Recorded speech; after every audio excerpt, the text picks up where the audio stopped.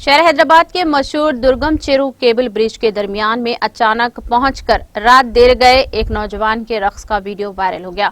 اس نوجوان نے اپنی جان کو خطرے میں ڈال کر بلا کسی خوف کے کیبل برج پر رقص کیا۔ وہاں لگے سی سی ٹی وی کیمروں میں اس کی یہ حرکت قید ہو گئی۔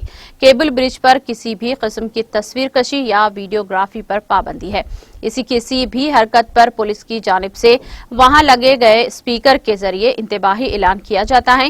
اس معاملے پر بھی نوجوان کو پولیس نے کیبل برج پر رقص کرتا ہوا دیکھ کر وہاں لگے اسپیکرز کے ذریعے انتباہ دیا، جس کے کچھ ہی دیر بعد یہ نوجوان وہاں سے چلا گیا۔